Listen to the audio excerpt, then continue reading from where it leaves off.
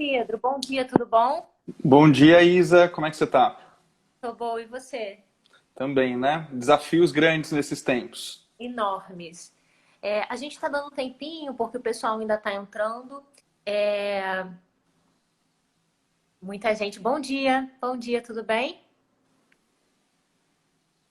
Muita gente entrando agora. Pessoal, então a gente está começando mais uma live da nossa série Vencendo a Quarentena. E hoje a gente tem o prazer de receber o meu grande amigo Pedro Rafael,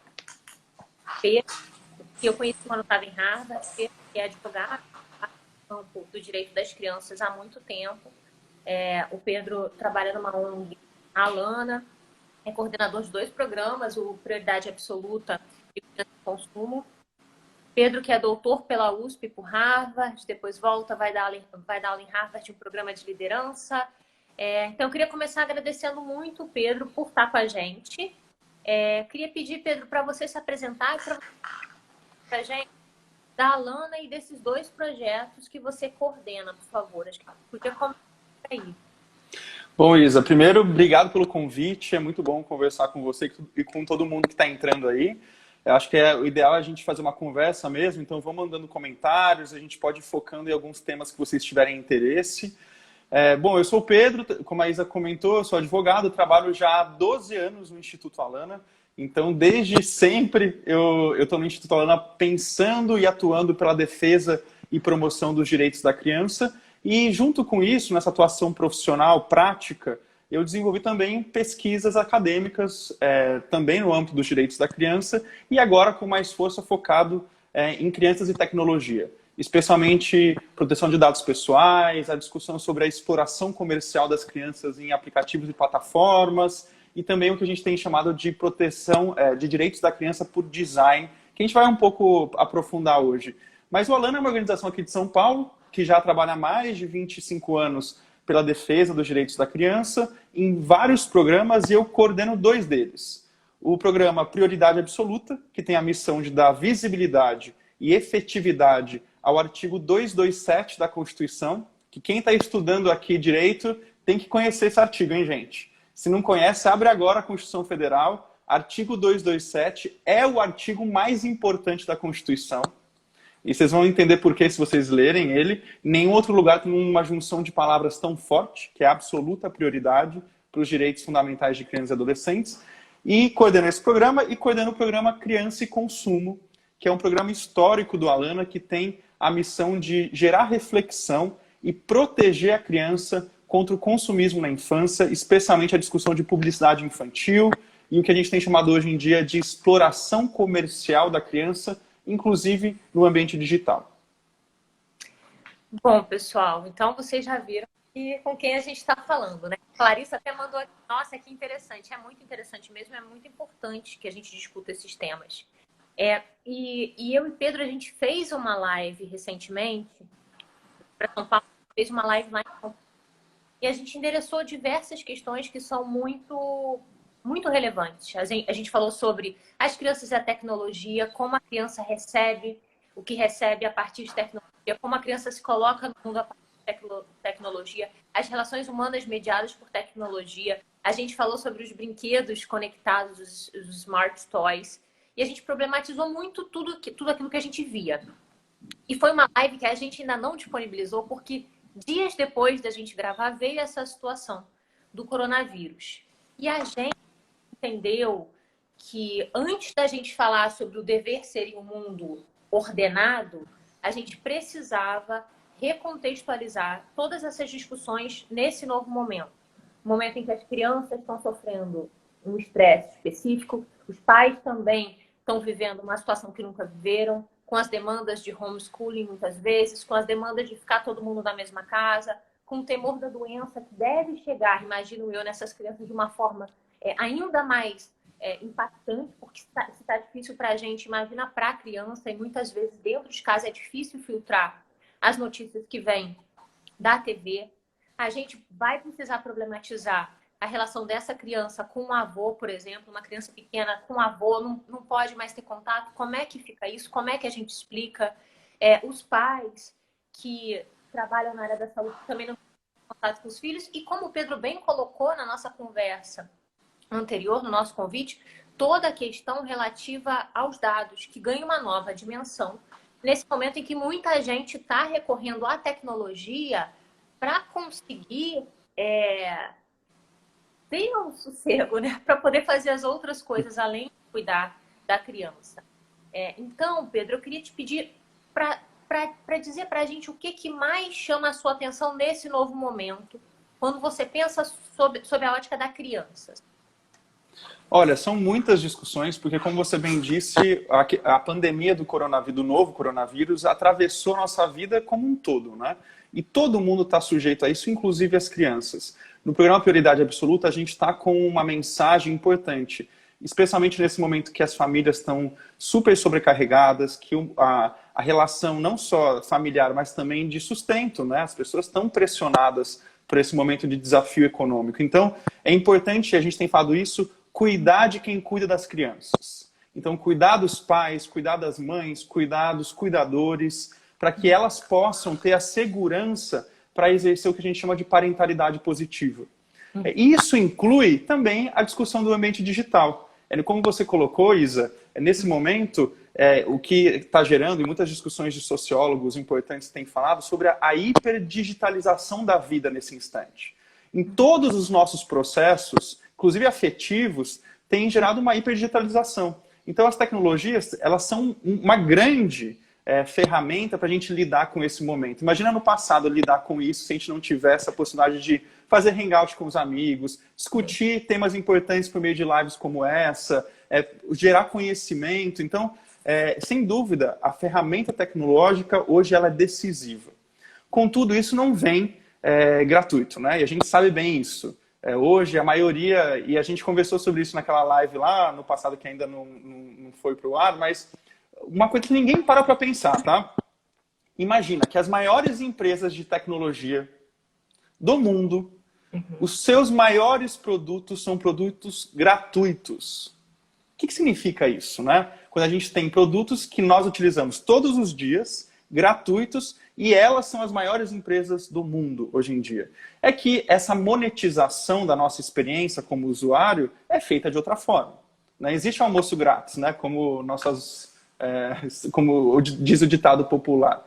Então, o que significa que a nossa vida está hiperdigitalizada nesse momento, inclusive a vida das crianças, que passam muito mais tempo na frente das telas e dessas tecnologias hiperconectadas? E qual que é o impacto disso para a questão de direitos, especialmente do direito à privacidade e o direito aos dados, aos nossos dados pessoais? Então, a reflexão um pouco hoje é trazer a importância da gente não, apesar de ser desafiador no nível individual, familiar, a gente tem que olhar um pouco para essa estrutura digital que está por trás dessas ferramentas que são importantes e são decisivas em momentos como esse, mas tem impactos para todas as nossas vidas e, inclusive, para direitos de personalidade, como os direitos à proteção dos dados pessoais. A Clarissa está falando aqui, os dados valem mais que o petróleo, literalmente. É um pouco isso, né? Então, acho que a gente podia começar, Pedro, falando assim, da relação da criança com a tecnologia. O que a tecnologia pode trazer de bom? O que a tecnologia pode trazer de ruim? E depois a gente passa para essa questão dos dados. O que você acha? Tá ótimo. Bom, tecnologia e criança parece uma coisa desassociável hoje em dia, né? A gente não tem como desassociar mais essa relação que todos nós, na verdade, temos com a tecnologia. Contudo, ela apresenta riscos e oportunidades.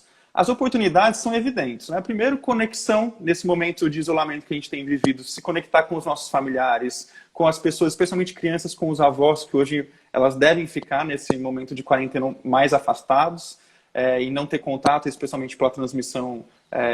As crianças são mais assintomáticas, né, com relação ao vírus, então é importante ter esse momento de isolamento. Então, primeiro, contato. Segundo, liberdade de expressão. Hoje a gente tem uma multiplicidade de vozes infantis em várias plataformas, isso é muito bom.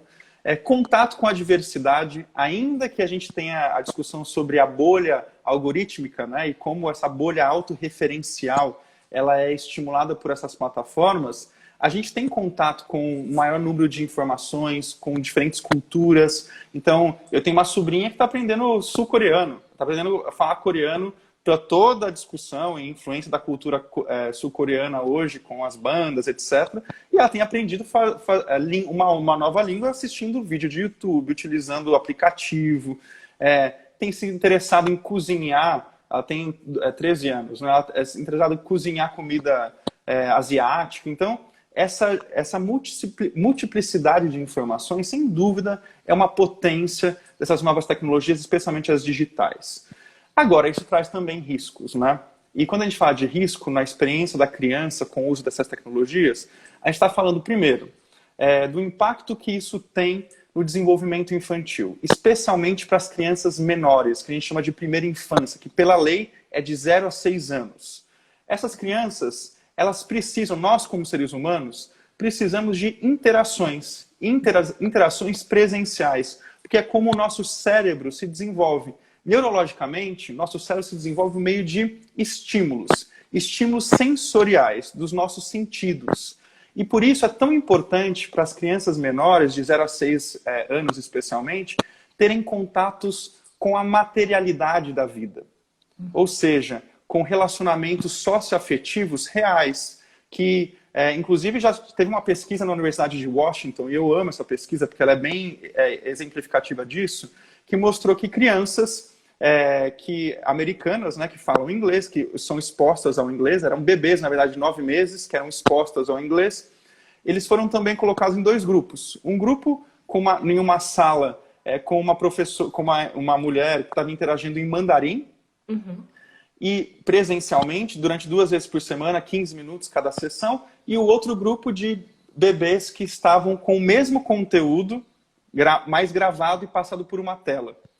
E o resultado mostrou que as crianças que tiveram um contato real com essa educadora, com essa falante mandarim, depois de meses, quando foram expostas novamente ao mandarim, a área do cérebro que era ativada por scan cerebral, né, dava para ver, era na mesma região do inglês. Por quê? Porque durante nos primeiro 1 ano de vida, existe o pico de plasticidade cerebral com relação à audição e ao córtex visual e auditivo, né? A audição e a visão. Então, mostrando que é super importante, inclusive para a aquisição da linguagem, que não é só sonora, também é visual, por causa dos músculos da face, a gente ter contato real com as pessoas.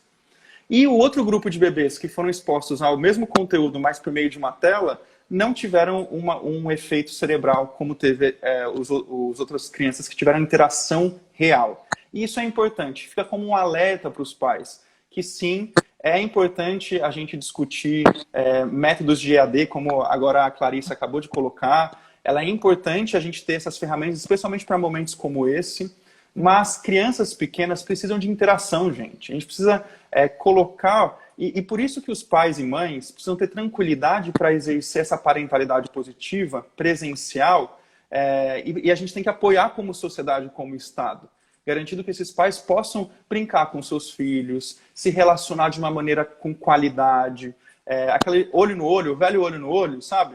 Isso é fundamental, porque é isso que desenvolve os sentidos e os caminhos neuronais no nosso cérebro, especialmente durante a infância, que é o período mais importante para o desenvolvimento humano, é a infância, é a primeira infância, e é nesse momento que a gente tem que investir em contato humano.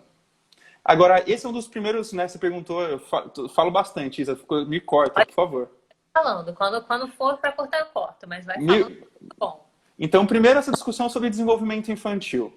Um segundo reflexão que a gente tem que fazer é sobre hiperexposição. E está relacionado ao que a gente chama de rastro digital. Hoje, tem criança, antes de nascer, já na barriga, existe uma exposição absurda da imagem ou da vida dessa criança. E no futuro? Como é que vão ser esses dados? A criança tem direito ao que a gente chama de apagamento, ou direito ao esquecimento, mas é melhor apagamento desses dados?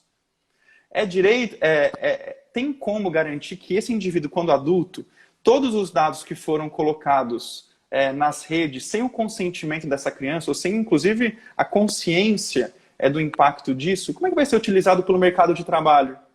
Pelos planos de saúde? esse rastro digital que hoje na vida de uma criança é gigantesco, e quando uma criança, tem até uma pesquisa que mostra que uma criança com 18 anos, que nasceu hoje, quando ela completar 18 anos, ela vai ter mais de 100 mil pontos de identificação, variáveis de identificação da sua identidade e personalidade. Que cor que ela gosta, que música que ela gosta, onde ela passou e comemorou o aniversário dela, onde ela estudou. Tudo isso está registrado. Tudo isso, mas a pergunta é, como que isso vai ser utilizado? E por quem? Então, o que a gente chama de hiperexposição tem um efeito de rastro digital e muitas vezes não é a criança que tira a foto e sobe, são os próprios pais. Tem até um nome esse fenômeno, Isa. Sabe qual que é? É muito bom. Calma. É bom. É um bom nome. Sharenting, exatamente. Que é de share, que é compartilhar, e parenting, que é de parentalidade. Então é quando os pais, os próprios pais e mães, ficam postando absurdamente a intimidade e a vida dos seus filhos. Só que sem perceber, porque é bonito mesmo. E a gente fica feliz, né, de mostrar. Eu mesmo com meus sobrinhos fico muito, muito feliz muitas vezes de mostrar, de colocar. Mas qual que é o impacto disso para o desenvolvimento infantil no futuro? E para o desenvolvimento do ser humano? Então, aquisição de emprego, imagina. E agora, vamos falar de uma coisa importante durante o coronavírus. Muitas escolas têm se utilizado de plataformas virtuais para continuar o acompanhamento escolar. Esses dados que estão sendo coletados por essas plataformas vão ser utilizados de que forma no futuro? Nossa, Por eu não exemplo, tinha isso, sabia? Eu ia colocar a questão do homeschooling em algum momento para a gente falar sobre a pressão sobre os pais, sobre a dificuldade das crianças, mas sob a ótica da proteção de dados eu ainda não tinha pensado. não, e a EduTech, Isa, hoje é uma das fronteiras com relação à questão de proteção de dados. Essas plataformas que são importantes, especialmente com momentos como esse, mas qual é a gestão de dados? Como vai ser utilizado esses dados? Por que eles estão coletando? O que eles estão coletando, né? Durante esse período? E como isso vai ser utilizado para depois o tratamento, né, o processamento desses dados no futuro dessa criança? Por exemplo, vai dar para saber quanto tempo uma criança leva para fazer a tarefa de português, de matemática, e qual que é o impacto disso para o mercado de trabalho? E isso é importante e é tão fundamental que nós temos que cobrar que em agosto seja realmente a lei entre em vigor, que é a Lei Geral de Proteção de Dados Pessoais. Quem quiser, quem estuda direito quiser abrir aí, é a Lei 13.709 de 2018, foi aprovado o ano passado. Era para entrar em vigor depois de 18 meses, e mais em função de uma medida provisória, esse prazo, né, de entrada em vigor foi aumentado agora para agosto. E agora já tem projetos de lei, infelizmente, no Congresso Nacional, que estão tentando postergar essa entrada em vigor. O que é muito ruim, porque é nesse momento que a gente está vivendo essa hiperdigitalização que a gente precisa de garantias legais para proteger os nossos dados e os dados de crianças e adolescentes. Então, um terceiro ponto, Isa, sobre o risco dessa hiperdigitalização, desse uso massivo de tecnologias o tempo inteiro, é a questão de privacidade e proteção de dados pessoais, né? Para quem não está familiarizado com esse tema, gente, o que é dado pessoal? É o nosso RG, é o nosso nome, é o nosso endereço. Sabe aquela história da gente entrar na farmácia e eles perguntarem qual é o seu CPF? Daí você fala, por quê? Daí fala assim, não, porque você vai ganhar um desconto. Gente, não existe almoço grátis, vamos lembrar disso, hein? Por que que eu vou ganhar um desconto de, às vezes, 20% na minha compra na farmácia? Porque, justamente, esse dado vai ser vendido, revendido para empresas para saber qual é o meu hábito de compra. E isso tem acontecido, como alguém já comentou, que é o dado novo petróleo, em todos os espaços. Inclusive tem data brokers. Sabia disso, Isa? Tem gente que é um broker de dados pessoais que fica revendendo dados para empresas, para bancos de dados. E essas grandes techs, né, são, na verdade, empresas de dados. Netflix, Google, Facebook, Amazon, são grandes empresas de dados pessoais. Netflix sabe o nosso gosto. A Amazon sabe como que a gente compra coisas e como as coisas circulam. O Uber sabe todos os caminhos e qual a nossa trajetória de deslocamento nas cidades. Enfim, o Facebook sabe muita coisa, né? Alguém colocou ali Cambridge Analytics, né? O que foi o escândalo da Cambridge Analytics. E aqui fica a dica de quarentena, hein? vocês têm que assistir o filme no Netflix, chama Privacidade Vigiada. E esse filme mostra justamente, expõe inclusive juridicamente, quem gostar desses tramas que envolvem casos jurídicos, expõe o caso jurídico de um cidadão do Reino Unido que queria saber o que a Cambridge Analytica tinha dele, especialmente no contexto do Brexit, né? Uhum. E é um documentário super importante. Aí, as moedas são os dados. E é exatamente isso. É o novo petróleo. É onde tem muita produção onde tem muita, na verdade, exploração e monetização da nossa experiência. Então, resumindo um pouco dos riscos, o que é importante todo mundo ficar consciente é que essa experiência digital, inclusive das crianças, tem um custo. E esse custo, apesar de o aplicativo ser gratuito, esse custo é um custo baseado na monetização da nossa experiência no âmbito digital. Óbvio que tem ganhos, tem oportunidades, tem uma série de... Especialmente, né, como a gente falou, no momento de Covid.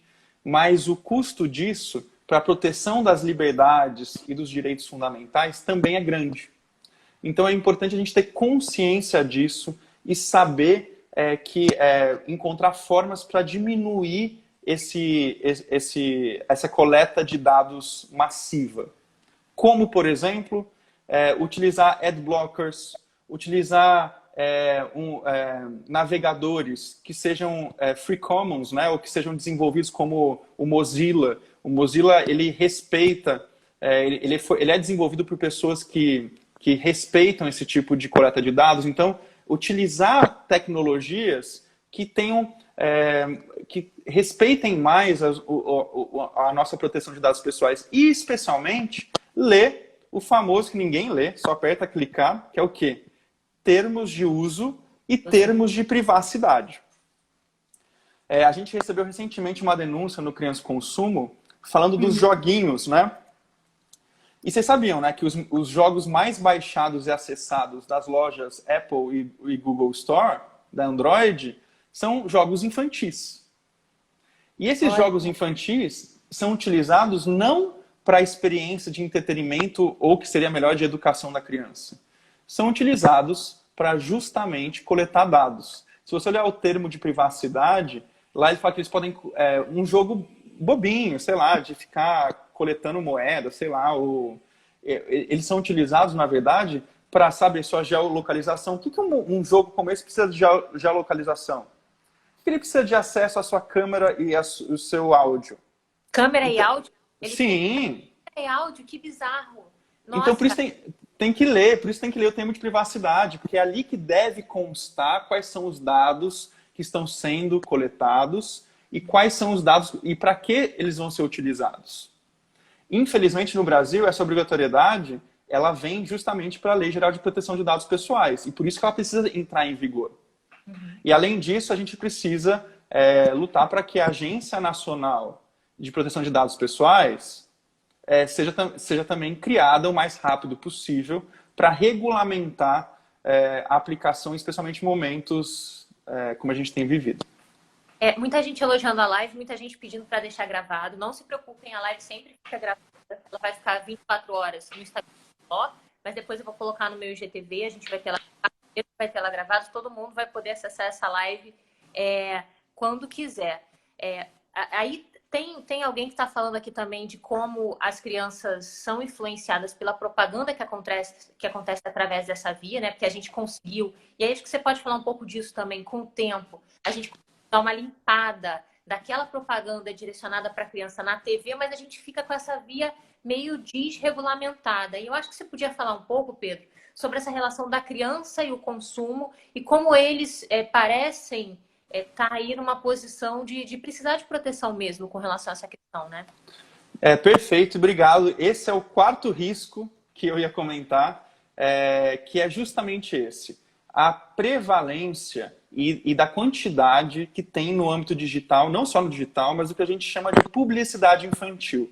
O que é a publicidade infantil? É aquela publicidade ou comunicação mercadológica, tecnicamente, que é dirigida diretamente ao público menor de 12 anos de idade. Não é a publicidade que a criança vê, ou de produtos infantis, Publicidade infantil é aquela que fala diretamente com esse público menor de 12 anos de idade. E isso é uma prática que a gente considera abusiva para os termos do Código de Defesa do Consumidor, especialmente artigos 36, 37 e 39. E como prática abusiva, é uma prática ilegal. Por que existe ainda? Inclusive em TV, em canais infantis, porque as empresas anunciantes não cumprem a legislação. Apesar de decisões recorrentes, quando a gente denuncia, a gente faz isso no Criança e Consumo, denuncia várias empresas para o Ministério Público, Defensoria, PROCON, e os casos já estão chegando nos tribunais superiores, e apesar dos tribunais afirmarem que é uma prática abusiva e, portanto, ilegal, as empresas continuam. E essa é a pergunta, por que elas falam diretamente com um público mais vulnerável? Essa é a grande sacada, gente. Por que elas falam? Porque é mais fácil vender e convencer uma criança. Inclusive no âmbito digital, é ainda mais fácil porque o conteúdo comercial vem misturado com o conteúdo de entretenimento. Então são aqueles vídeos do YouTube que parece que são feitos para entreter. Vocês já viram vídeos de unboxing? Que é quando a criança vai abrindo o brinquedo. Já viu isso? Unpacking, né? Unboxing, unpacking. Unwrapping, unboxing, unpacking, né? Tem um monte de vídeos de canais só especializados nisso. E a gente constatou, analisando, fazendo pesquisa, que muitos desses vídeos são vídeos que a empresa envia esses brinquedos para os youtubers mirins, para os influenciadores digitais mirins, e eles acabam fazendo isso e convencendo. Um caso muito famoso, que quem tem criança sabe, é o caso das bonecas LOL. Quem vive com criança aqui conhece a praga da boneca LOL. E essa boneca LOL, ela vendeu milhões de unidades no mundo inteiro, especialmente pela estratégia de marketing no ambiente digital, convencendo esses youtubers, ou muitas vezes fazendo contratos até com eles, ou enviando esses produtos para... na verdade, enviando esses produtos, né? E para conseguir convencer como chama? Divulgar entre o público infantil. Então, publicidade infantil no âmbito digital, vocês sabem como tem bastante. E é pior no digital, porque vem camuflado muitas vezes. São canais que supostamente estão criando conteúdo ingênuo, conteúdo não ingênuo, mas conteúdo simples, bobinho, mas na verdade tem um intuito de convencer a criança à compra desse produto ou serviço. A Camila falando aqui, Pedro, que a prima dela tem umas 20 bonecas dessa. E é realmente isso, né? Não, total. E a gente até comentou na live como a criança é mais vulnerável a isso mesmo. Eu estava assistindo um programa essa semana com uma psicóloga falando da gente, das necessidades humanas, como o capitalismo ele é um sistema que sobrevive muito por lidar diretamente com a nossa falta, a falta que o ser humano sente. E aí ela recapitulou um exemplo que você deu naquela live que a gente gravou, que foi aquele... Eu não lembro qual era o produto, mas era o slogan... O Aristóteles. Eu tenho, você não tem. Ah, sim. Não, é o Tesourinha do Mickey, lembra? Pronto. Vocês lembram? Quem aqui antes da década de 90 sabe a publicidade do Tesourinha do Mickey. Gente, qual que é o objetivo da publicidade? É vender. A pergunta que a gente tem que se fazer, uma pergunta moral, é justo fazer tudo para vender um produto? Especialmente se utilizar da vulnerabilidade da criança para convencê-la? O Código de Defesa do Consumidor, o Estatuto da Criança e Adolescente e a própria Constituição dizem que não. Que a criança tem que ser colocada a salvo de toda forma de violência e exploração. Inclusive a exploração comercial no âmbito digital. Outra coisa que ninguém para pensar, Isa, sobre essa técnica de publicidade e como a criança está monetizando a sua experiência no ambiente digital, são os youtubers mirins. Youtuber mirim que posta recorrentemente, monetiza a sua experiência e tem uma expectativa externa de performance, é um trabalho infantil artístico. E como tal, já é regulado. Você comentou, Isa, uma coisa que eu acho importante evidenciar, que não tem uma desregulação nesse ambiente, né? Na verdade, o que a gente precisa é de uma fiscalização. Porque a gente tende a achar que a gente precisa de novas leis para a internet. E, na verdade, o que a gente precisa é aplicar as leis já existentes. Então, o que eu tenho que fazer é justamente isso, é pegar a lei que protege a criança contra a publicidade infantil, fiscalizar, os anunciantes que estão fazendo essas estratégias que são abusivas e ilegais no ambiente digital e cobrar a sua responsabilização. Então, é importante que a gente possa também estar consciente, né, que nesses conteúdos de YouTube ou de outras plataformas tem muita publicidade. E essa publicidade, ela traz impactos para o desenvolvimento da criança, criando hábitos consumistas desde cedo, fazendo com que ela não reflete sobre o impacto disso para o meio ambiente. A gente está no meio também de uma crise ambiental, de largas proporções no mundo inteiro. Então, a gente tem que pensar sobre o nosso padrão de consumo e o que a gente estimula desde cedo. Quais são os hábitos que a gente estimula desde cedo? Os maiores especialistas em saúde pública do mundo apontam que a publicidade infantil de alimentos e bebidas, especialmente aquelas de alto teor de gordura, sal e açúcar, que são a maioria, que ninguém nunca viu uma publicidade de verdura na TV. Alguém já viu? Me manda porque nunca vi. E esses especialistas falam que essa publicidade de alimentos e bebidas é uma das maiores responsáveis pela epidemia de sobrepeso e obesidade infantil. 1 em cada 3 crianças no Brasil estão com sobrepeso ou obesidade.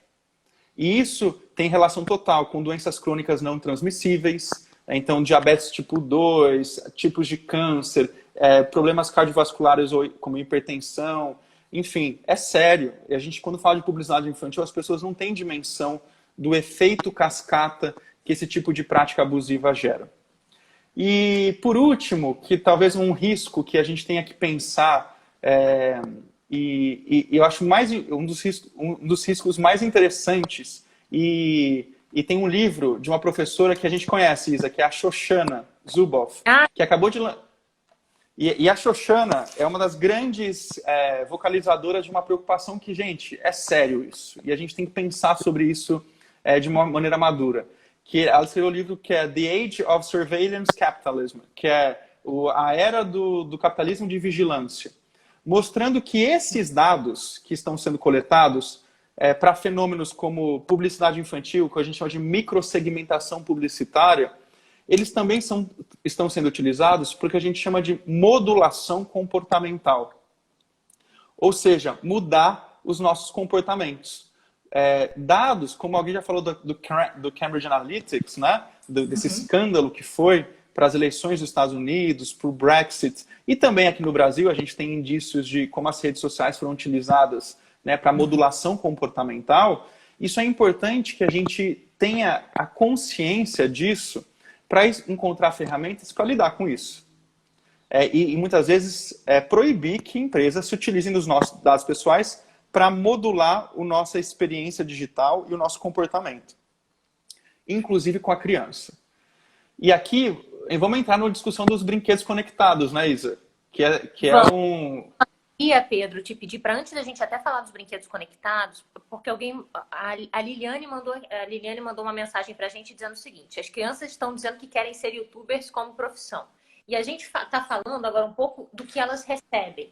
Mas eu acho que nesse momento também vale uma discussão de como a criança se coloca através desses meios tecnológicos, isso que as pessoas não percebem às vezes. E acho que essa é uma tendência que vai crescer, que nesse momento de isolamento a gente está tentando se colocar no mundo de alguma forma. Então eu acho que isso pode aumentar. E quando a gente fez a nossa conversa recentemente, eu até te contei o exemplo de uma amiga minha que tem uma filha de 15 anos e ela me contou um dia que a filha dela, e aí transmitia, falava da vida dela, da escola dela, do que ela pensava. E pra gente que tá muito preocupada com essa questão dos dados, a gente fica assustado com os dados. Eu não sei se eu sou paranoica por causa da profissão, mas a gente tem medo de pedófilo. A gente vê, assim, eu vejo problema em muita coisa que às vezes as pessoas não veem. Então eu queria que você comentasse um pouco sobre essa situação da criança querer se colocar no mundo e deixar, de repente, informações sobre a vida dela abertas para qualquer um. Você acha que vale a pena deixar só para a família?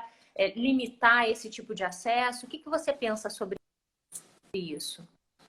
Olha, primeiro, Isa, é uma tensão típica de direitos da criança ou dessa vida contemporânea, essa tensão entre privacidade e exposição, né? E a tecnologia, ela tem borrado tem muitos psicólogos ou psicanalistas falando de forma muito profunda sobre como a tecnologia borrou a nossa dimensão, inclusive mental, sobre o que é privado, o que é o público.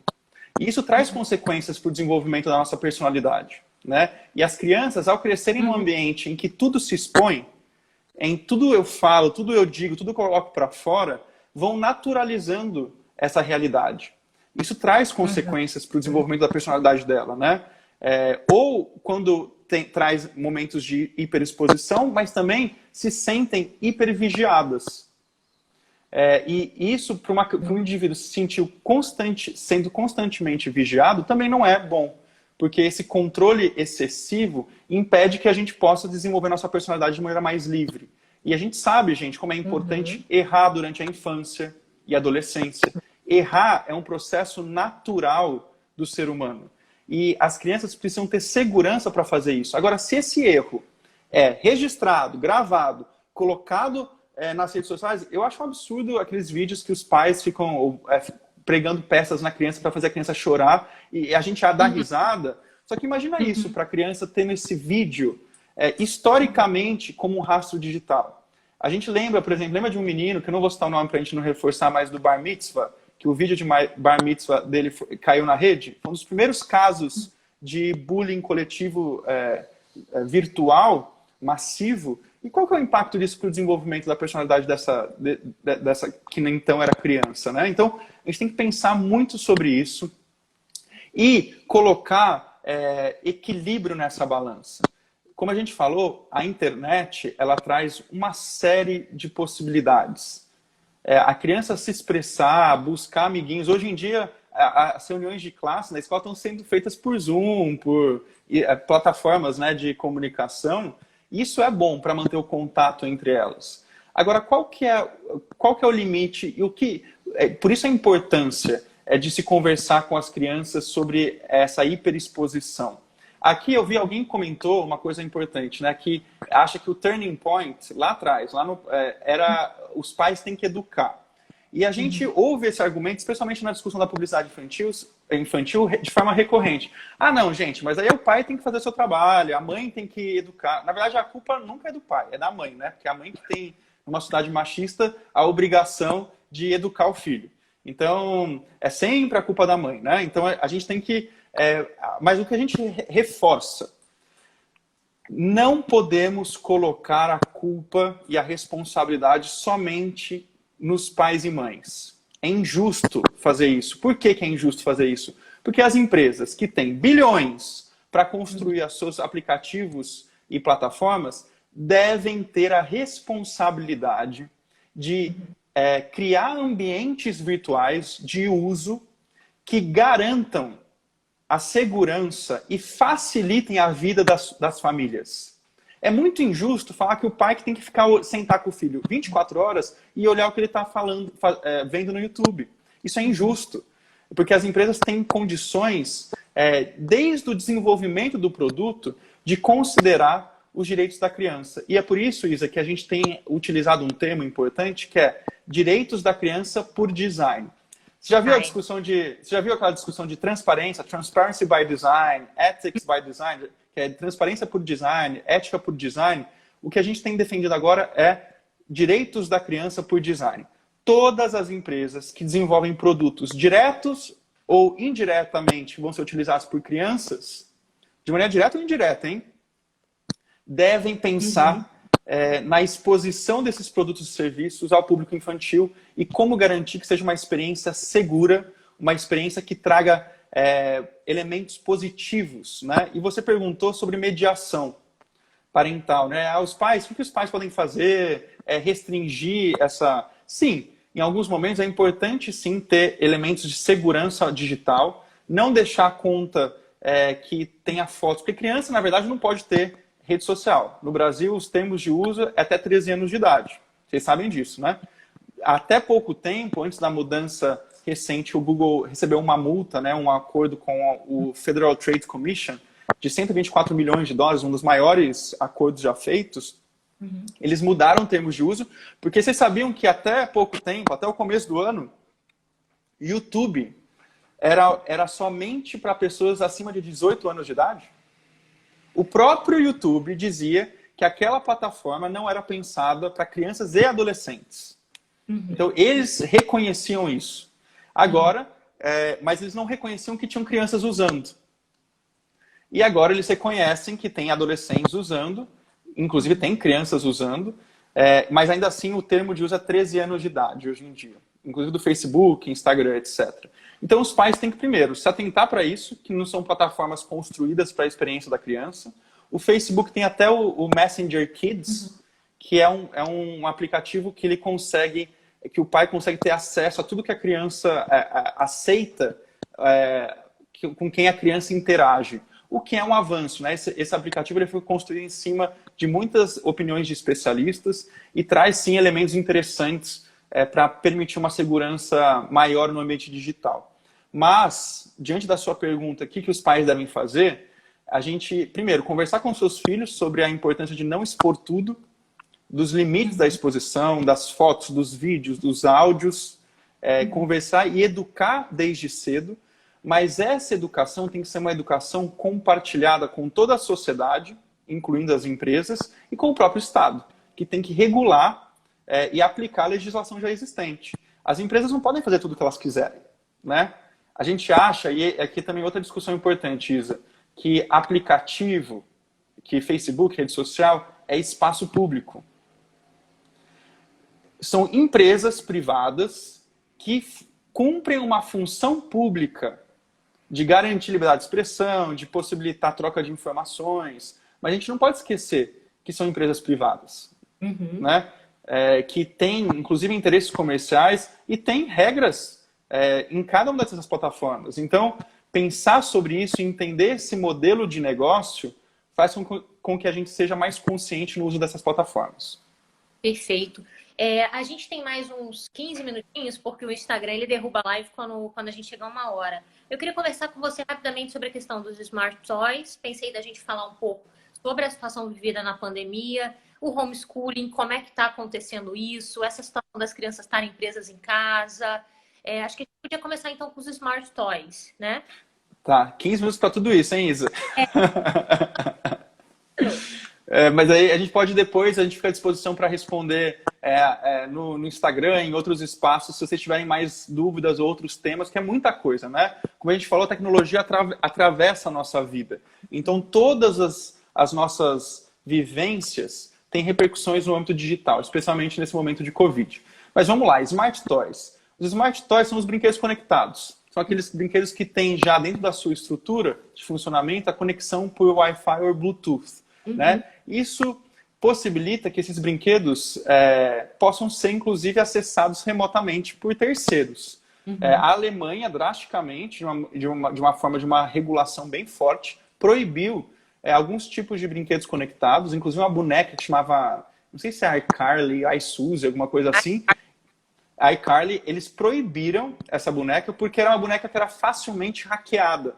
Porque esses brinquedos, apesar de serem conectados, muitas vezes não têm as tecnologias de criptografia necessários para trazer segurança para esse uso. Então, eles também proibiram o uso de relógios smartwatches, né? Relógios inteligentes por crianças, porque esses dados estavam sendo coletados para questões de saúde e muitas vezes sendo passados para empresas de saúde, etc., o que é um absurdo. E no caso da boneca, tem outro caso ainda mais interessante, que é a Barbie, chama Hello Barbie. Já viram falar? Alguém conhece essa boneca? Não chegou no Brasil ainda.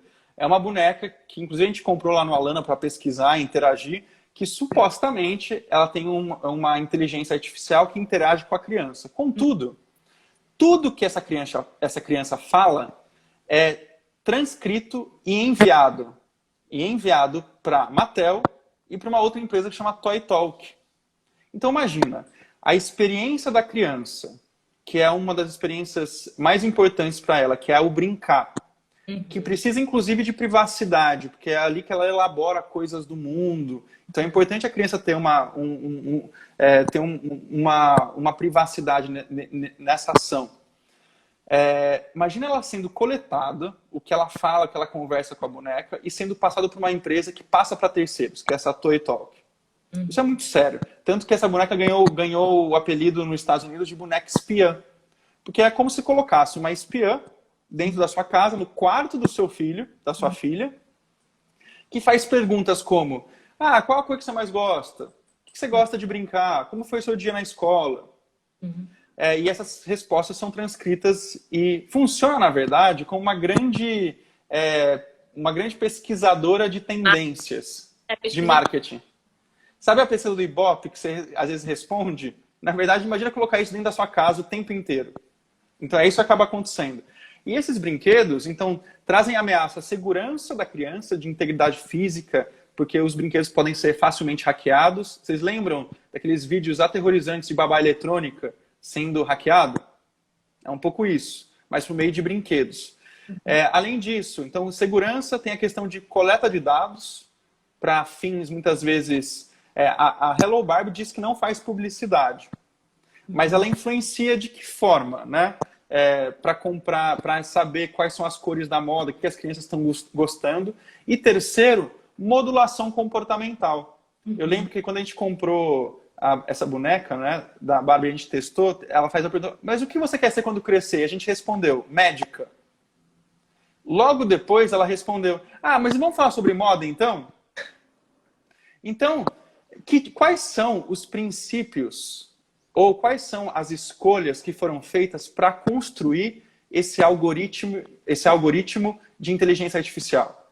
Daí a gente entra na discussão da inteligência artificial, né, Isa? Que você é uma grande especialista e acho importante você comentar quais são os princípios éticos, morais ou jurídicos que constituem a criação de um algoritmo que vai falar com a criança. Será que eu concordo? Será que eu concordo que minha filha seja meu filho, minha filha seja exposto a brinquedos que têm alguns princípios que eu nem sei quais são? Porque não vem na caixa quais são os princípios que criaram esse algoritmo? Não sei se você quiser comentar alguma coisa sobre isso, inteligência artificial, fica à vontade.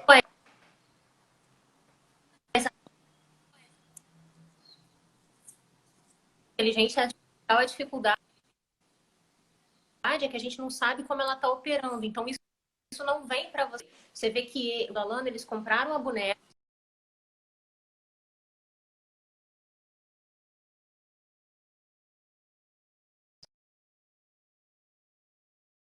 e conversando com O seu áudio está bem ruim, a cortou. boneca. Vocês estão me ouvindo? Vocês estão me ouvindo?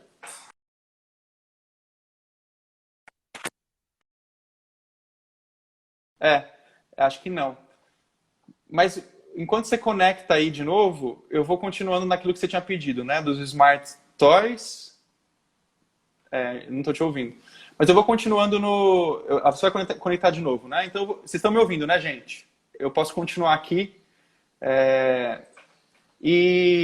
Mas a ideia... Então, continuando, né? Dos Smart... Não, a gente não te ouve, Isa. Mas eu vou continuando, então. Isso. Os Smart Toys, essa discussão. E algo que você tinha perguntado, que é sobre a nossa experiência com relação a... O que você tinha perguntado mesmo? Sobre a importância da gente... sim.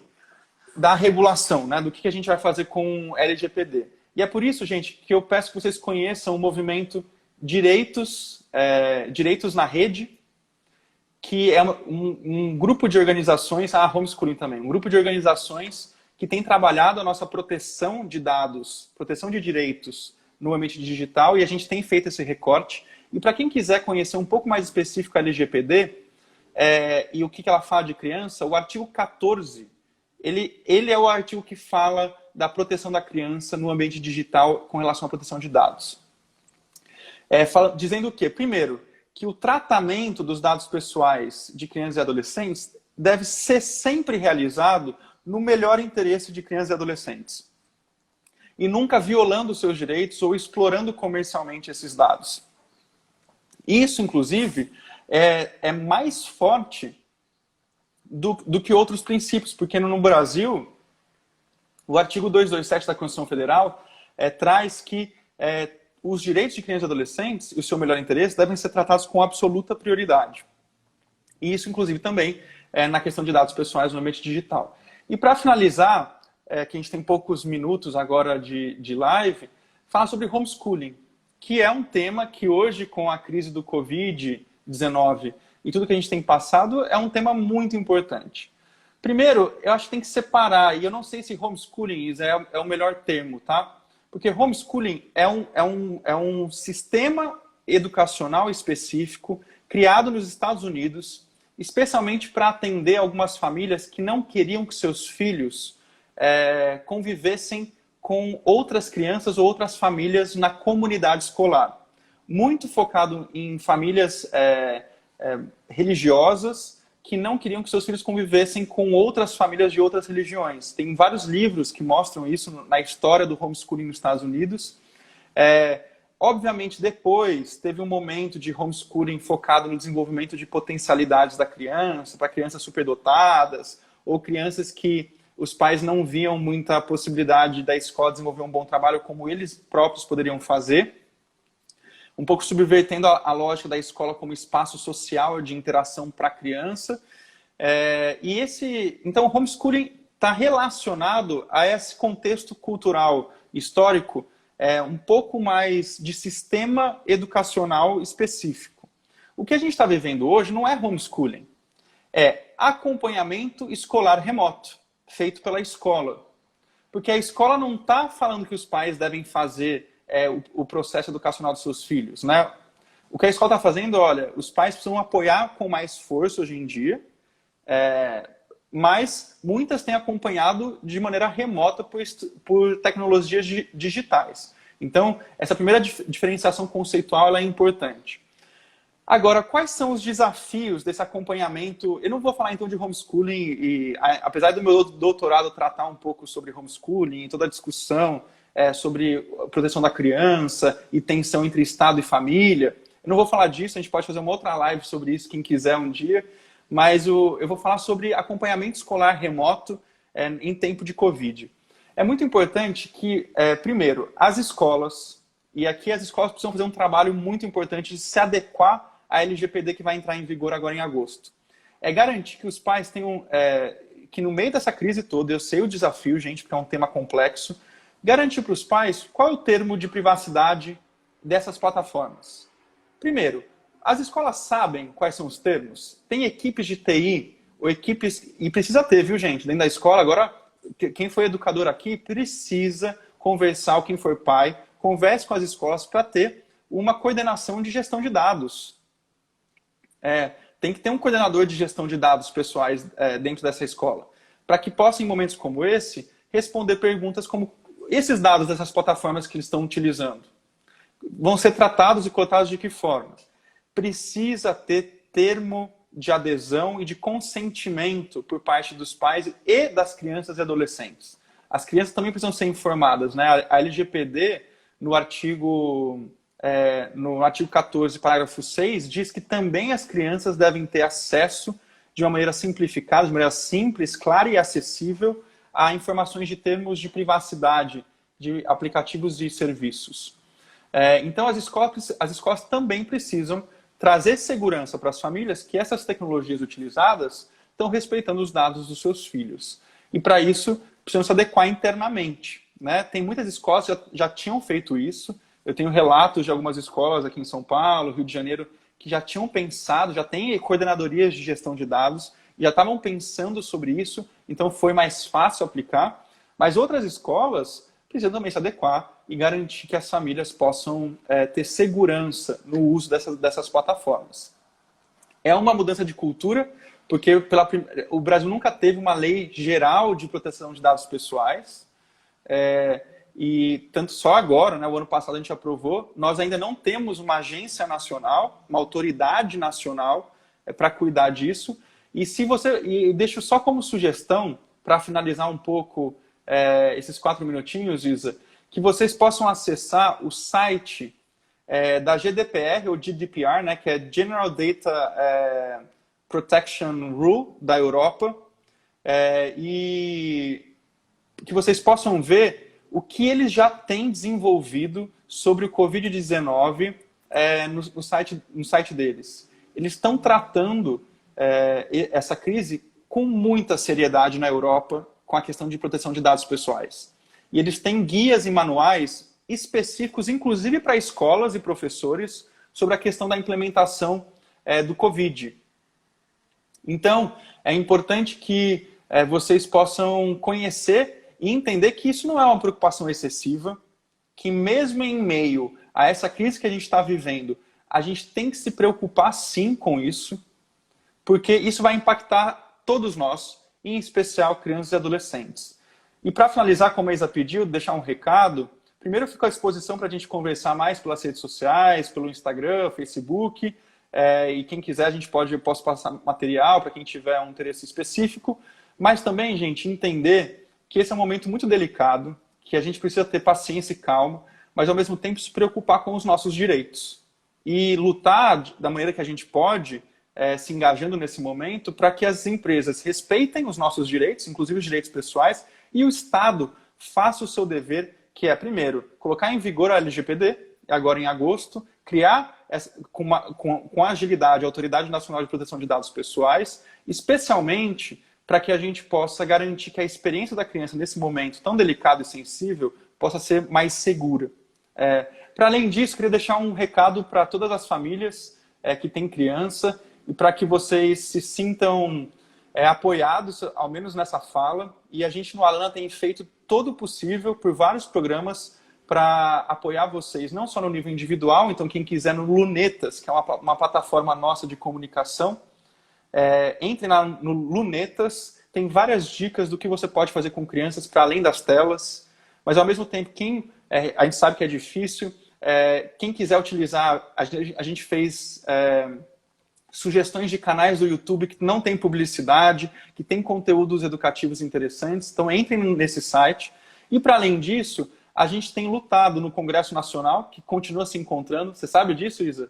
Que o Congresso Nacional tem feito plenários virtuais e votado temas super importantes. E a gente tem lutado para que a gente consiga aprovar políticas neste momento que fortaleçam os pais e mães na sua tarefa de cuidar dos seus filhos. Então, a renda básica emergencial que foi aprovada, a gente está participando com uma série de organizações para efetivar isso e garantir que pais, especialmente pais e mães que não têm recurso, possam exercer com tranquilidade isso. Eu acho que é isso, né, gente? A Isa já caiu aqui, porque ela chegou antes de mim. Ah, não sei. Sua rede virou. Mas é isso. Então, sintam-se apoiados por nós. A gente está fazendo o nosso trabalho o melhor possível para que vocês possam desenvolver o trabalho de vocês da melhor forma possível, que é cuidar. A gente está tentando cuidar de vocês para que vocês possam cuidar muito bem de crianças e possam garantir que essa experiência seja a mais proveitosa possível, apesar dos obstáculos.